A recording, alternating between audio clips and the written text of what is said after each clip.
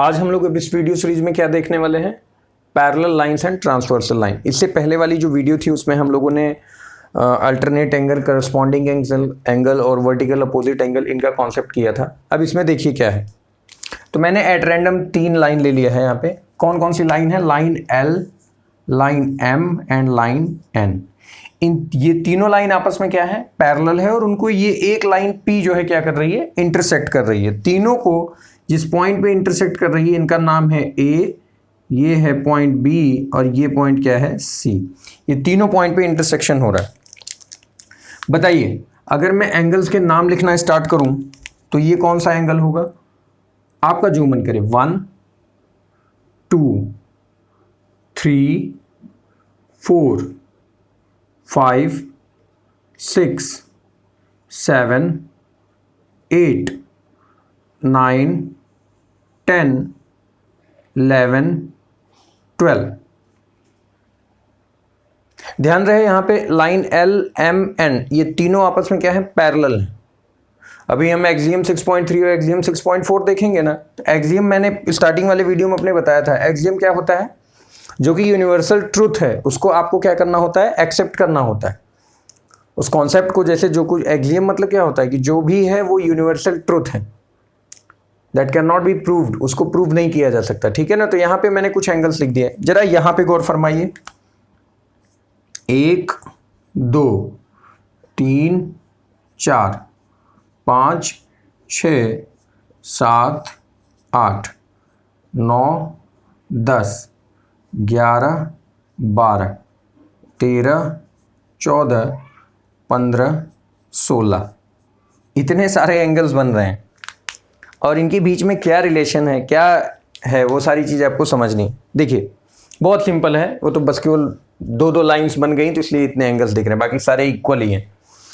Line C और D आपस में पैरेलल हैं, A और B आपस में क्या है, पैरेलल हैं। तो पैरेलल नहीं तो जितना एंगल ये होगा उतना ये भी होगा, जितना ये है उतना ये सारी चीज़ें एक बार समझ लेते हैं छोटे से डायग्राम। ये 2 लाइंस हैं आपस में पैरेलल हैं और इसको कोई तीसरी लाइन इंटरसेक्ट कर रही है, इसको कौन सी लाइन बोलते हैं, ट्रांसवर्सल लाइन। ध्यान रहे, तो ये एंगल इसके इक्वल होगा, ये वाला एंगल इसके इक्वल होगा। This angle will be equal to this angle and this angle will be equal to this angle. देखिए 4 एंगल मैंने बनाए हैं, मैंने कौन कौन से बोले, ये वाला। This is equal to single tick will be equal to single tick, ये रहा। Double tick will be equal to double tick, ये इसके इक्वल होगा। ट्रिपल टिक 1 2 3, तो ये हो गए 1 2 3 और फोर्थ वाला ये हो गया 1 2 3 4 टिक 1 2 3 4। ये इसके इक्वल होगा, ये वाला इसके इक्वल होगा, ये वाला इसके इक्वल होगा, सॉरी इसके इक्वल होगा और 4 टिक वाला इसके इक्वल होगा।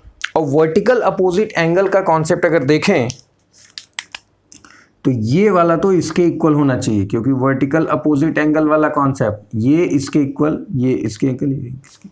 ऐसा सिर्फ पैरेलल लाइन के ही केस में होगा। इन दोनों पैरेलल लाइन को अगर कोई तीसरी इंटरसेक्ट करेगी, ऐसा सिर्फ पैरेलल लाइन के ही केस में होगा। तो एक्सियम 6.3 क्या कहता है, एक्सियम 6.3 अपना बुक ओपन करिए, NCERT ओपन करिए और उसमें पढ़िए। If a transversal intersect 2 parallel lines, if a transversal intersect a 2 parallel lines, then each pair of corresponding angles are equal.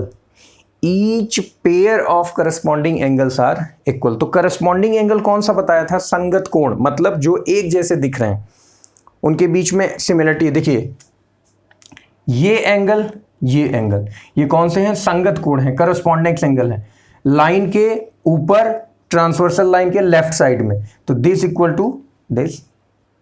वैसे दूसरा पेयर कौन सा है, ये वाला और ये वाला। तीसरा पेयर संगत कोण 2 पैरेलल लाइन के नीचे और राइट हैंड साइड में, तो ये और ये और ये और ये, तो ये सभी एंगल आपस में क्या होंगे, इक्वल। तो ये कौन सा था, एक्सियम 6.3। तो इसको प्रूव करने की जरूरत है, सिर्फ आपको पढ़ना है कि if a transversal intersect 2 lines such that a pair of corresponding angles are equal, then the two lines are parallel. इसको दूसरे ऑर्डर में कैसे कहा गया है, ये बोला जा रहा है कि अगर कोई ट्रांसवर्सल लाइन दो लाइंस को इंटरसेक्ट करती है और उन दोनों लाइंस के करस्पॉन्डिंग एंगल्स के जो पेयर हैं उनके एंगल्स अगर इक्वल होते हैं तो ये दोनों लाइन आपस में क्या कहलाएंगी, पैरेलल। ये सारे एक्सियम्स अभी इस्तेमाल होंगे, ठीक है ना। तो आई होप यहां तक क्लियर है।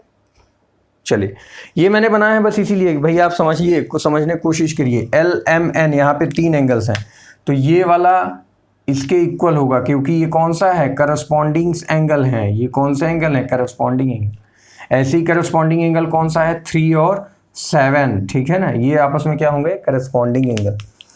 7, 3, 7, 11 ये भी क्या कहलाएंगे, सभी करस्पॉन्डिंग एंगल। ऐसे ही सारे आप डायग्राम बनाइए, 2-3 बार आप डायग्राम बनाइए, खुद समझ में आ जाएगा।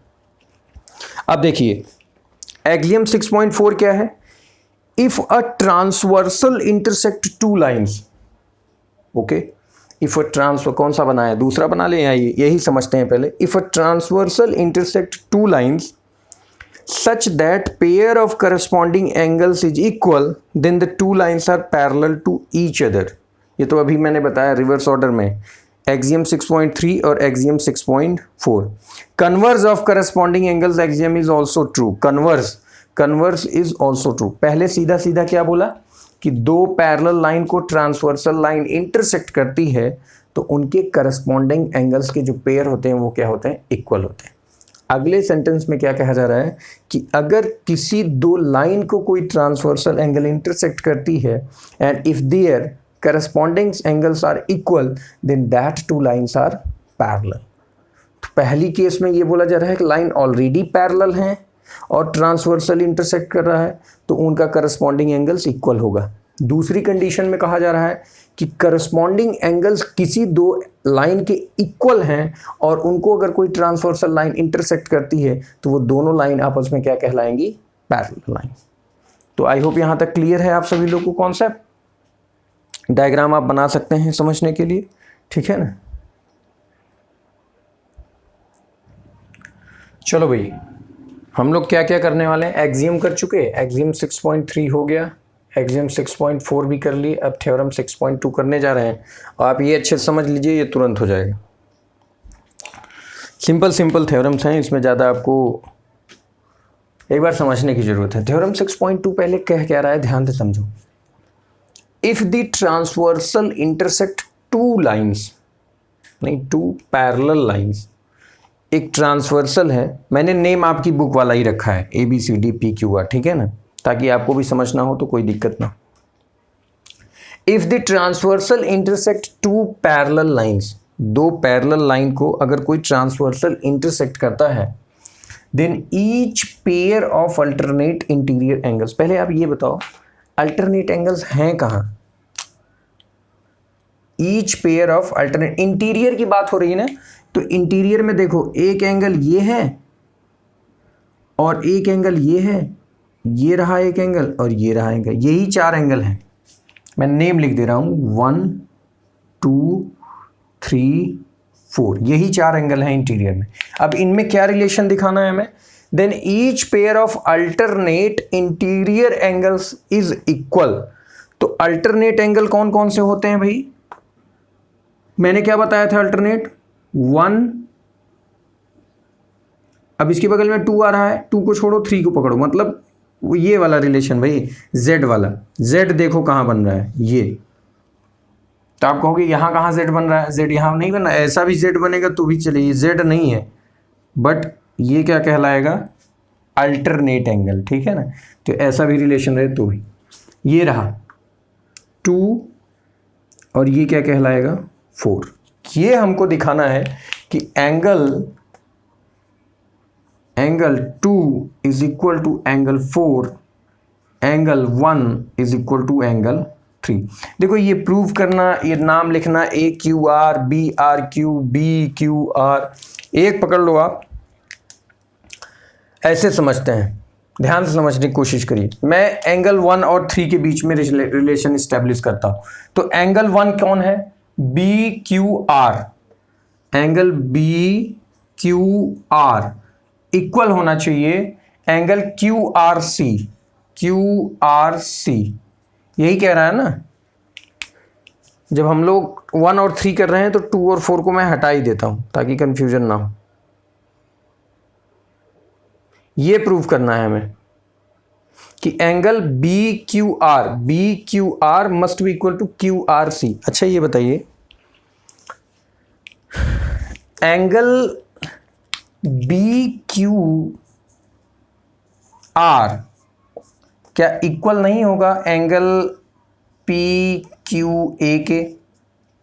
सोचो, एंगल BQR ये वाला एंगल, ये एंगल इक्वल इसके नहीं होगा PQA के। ये एंगल इक्वल नहीं होगा इसके, ये भी तो 1 ही होगा। 1 कौन सा थ्योरम लगाया भाई? कौन सा थ्योरम लग गया? वर्टिकल अपोजिट एंगल VOA से ये एंगल तो इसके इक्वल होगा ना, क्योंकि दो लाइन अगर आपस में इंटरसेक्ट करती हैं मेरे लाल, तो ये एंगल किसके बराबर होता है? इसके। और ये एंगल किसके बराबर होता है? इसके बराबर। चलो ठीक है, तो angle 1 is equal to this. जरा इसमें गौर फरमाओ, कौन सा कहा है भाई? 2 पैरेलल लाइन। ये 2 पैरेलल लाइन है, ये दोनों लाइन पैरेलल हैं, और इन दोनों पैरेलल लाइन में 1 और 3 कैसा रिलेशन शो कर रहे हैं? 1 और 3 यानी APQA और QRC।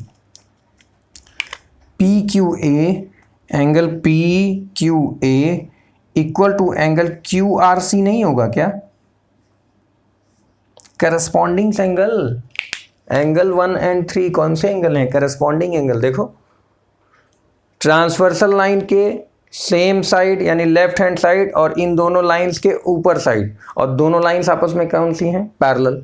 तो किसी भी 2 पैरेलल लाइन को अगर third in transversal line intersect करती है, then corresponding angles are equal. In this way, this angle equal to this. तो ये एंगल किसके बराबर हो गया? तो 1 इक्वल टू 3। तो 1 है क्या? 1 यहां भी है, और अगर ये 3 है तो ये भी कितना होगा? 3 के ही बराबर हो। समझ में आया? तो ये 1 के बराबर होंगे। तो 1 this equal to this and this equal to this.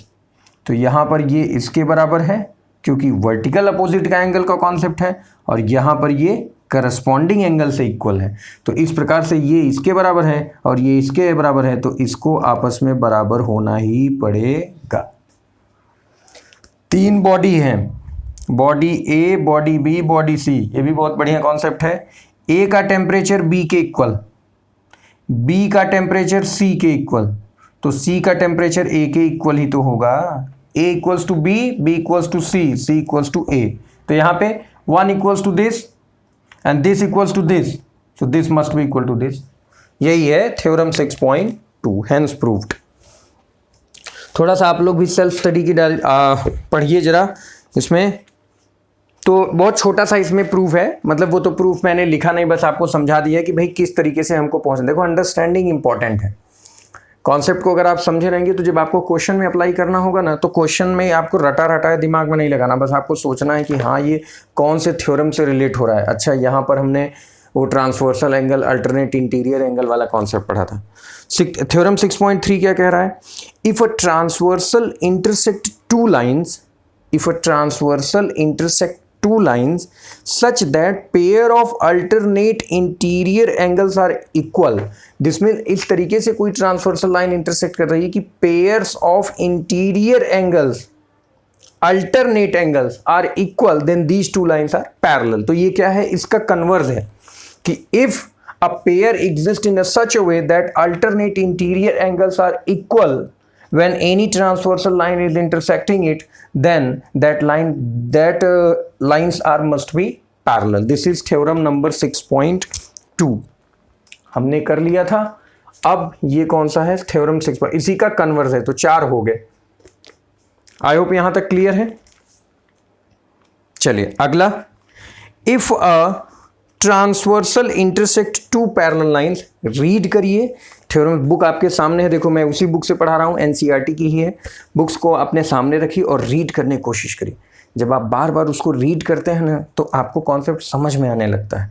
Books को बहुत अच्छे से पढ़ा करिए, किताब को आप अच्छे से पढ़ेंगे ना ऑटोमेटिक कॉन्सेप्ट आएगा।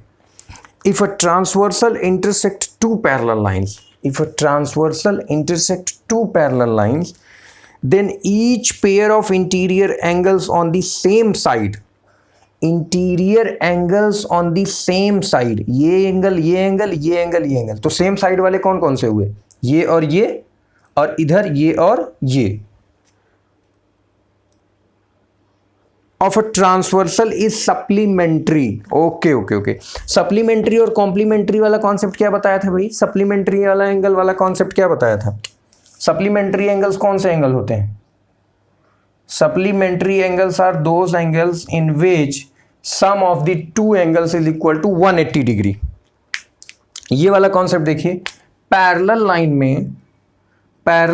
में ये एंगल और ये एंगल, दोनों एंगल का सम कितना आएगा 180 डिग्री।